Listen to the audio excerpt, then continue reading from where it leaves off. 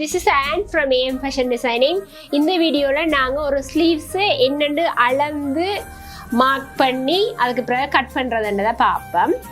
இந்த ஸ்லீவ்ஸோட அளவு நான் எடுத்திருக்கிறேன். லென்த் எனக்கு 11 வேணும். அதோடு இந்த கையோட சுற்றளவு 10.5 10 வேணும். 11 நீளமும் 10 சுற்றளவும் வேணும்.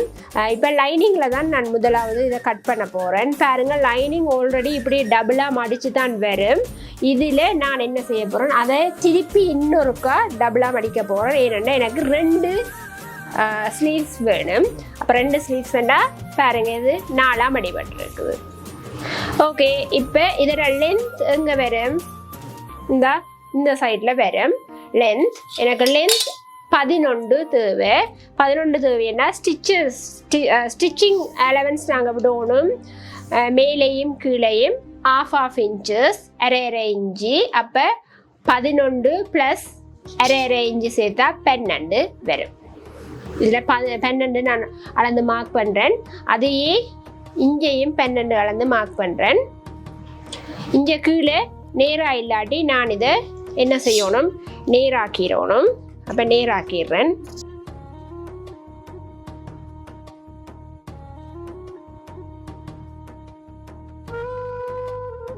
நார்மலாக என்ன செய்யணும்டா நாங்கள் அளக்கணும். இதுலேயும் 12, இங்கேயும் 12 எடுக்கிறேன்.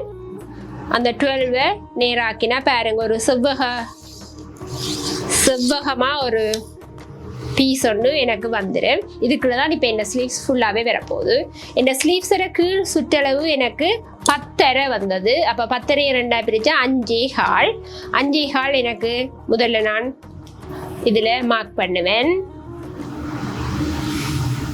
5.25 மார்க் பண்ணிட்டு தையலுக்கு எப்பயுமே சாரி ப்ளவுஸோட சைடுக்கு 1.5 inch நான் விடுறது. 2 inch மட்டும் விடலாம். 1.5 inch நான் விடுறேன். நான் 1.5 inch இதில் தையலுக்கு அளவு விடுவேன்.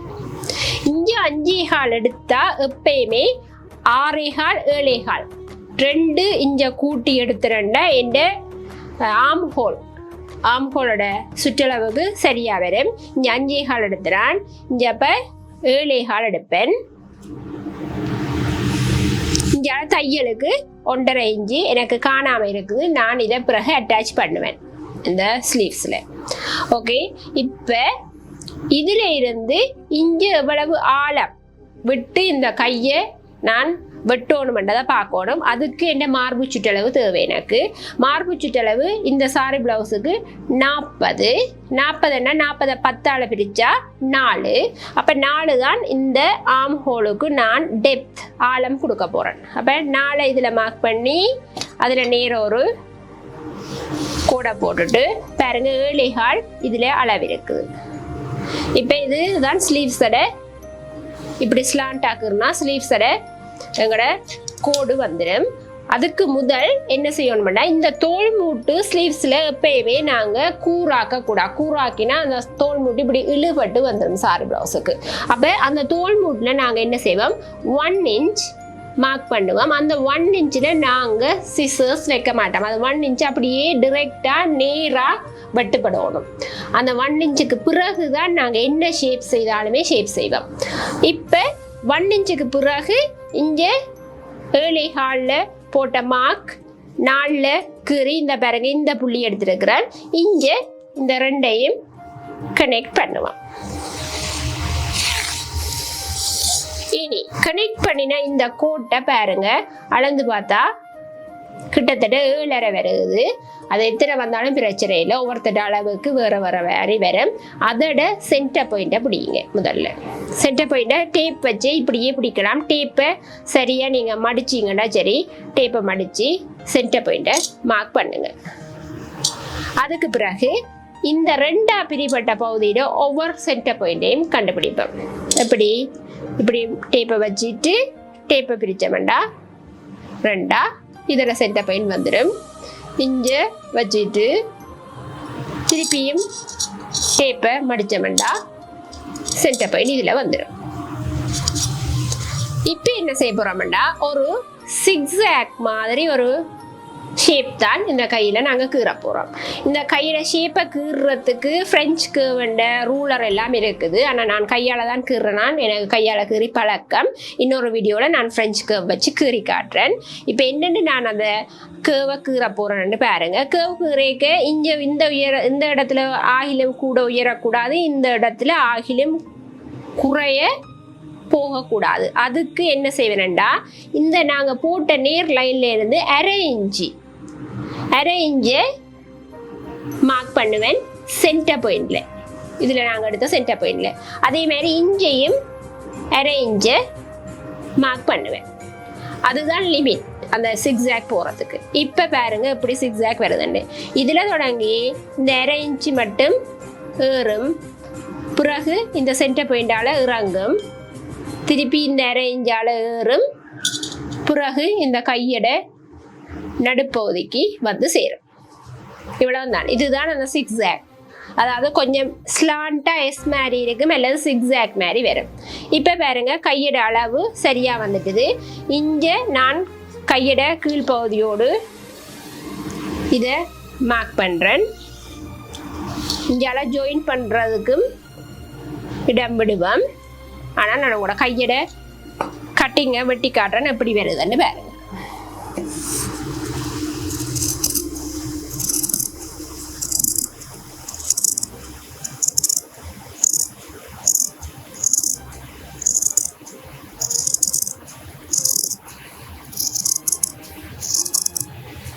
ஓகே, வெட்டிட்டு இதில் சென்டர் பாயிண்ட்டுக்கு நான் ஒரு மார்க் பண்ணுவேன், இப்படி வி ஷேப்பில் கட் பண்ணி.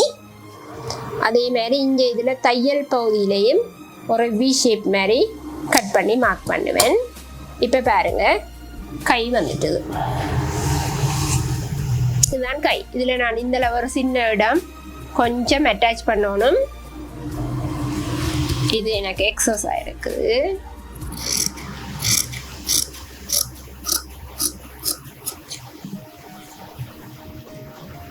இப்போ பாருங்க ஒரு கை மடிச்சிருக்குது. நான் ஆல்ரெடி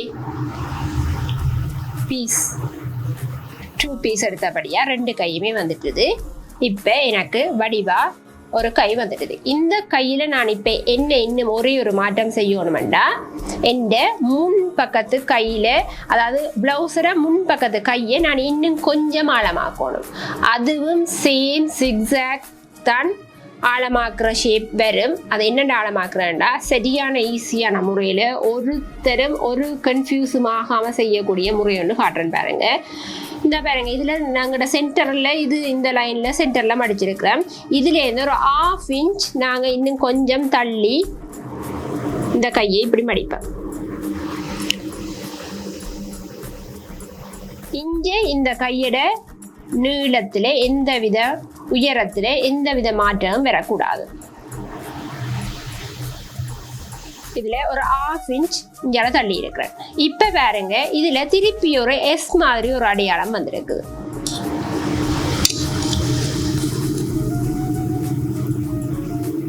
கட் பண்ணிட்டு காட்டுறேன் பாருங்க. அது எஸ் மாதிரி அடையாளம் தான் திருப்பியும் வரும்.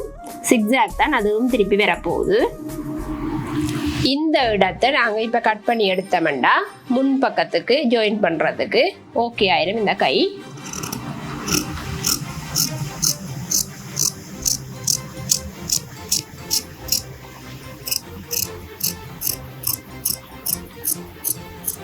ஓகே பாருங்க என்ன ஷேப்பில் கட் பண்ணி இருக்கிறேன்னு. இதுவும் ஒரு அப்படியே ஸ்லாண்டாக ஒரு எஸ் மாதிரி ஒரு ஷேப்பில் தான் வெட்டுப்படும். இதை விட வேறு ஷேப்பில் இது வெட்டுப்படாது. இப்படித்தான் ஒரு ஷேப்பில் நாங்கள் வெட்டி எடுத்தால் அந்த ப்ளவுஸ் பீஸ் நீட்டாக இருக்கு. இப்போ பாருங்க கை நார்மல் ஸ்லீவ். இது ஃப்ரண்ட் பக்கம். அப்போ ஃப்ரண்ட்டை நாங்கள் ரிமைண்ட் பண்ணுறதுக்கு, ஞாபகப்படுத்துறதுக்கு தைக்க அதையும் இப்படி ஒரு சின்ன முக்கோணமாக கட் பண்ணி விட்டுட்டோம்டா எங்களோட ஸ்லீவ்ஸ் ரெடி. ஓகே, இந்த ஸ்லீவ்ஸ் கட் பண்ண முறை, அளவெடுத்து கட் பண்ண முறை உங்களுக்கு விளங்கி இருக்குமென்னு நினைக்கிறேன். இன்னொரு வீடியோடு உங்களோடு சந்திக்கும் வரை தேங்க்யூ, பாய்.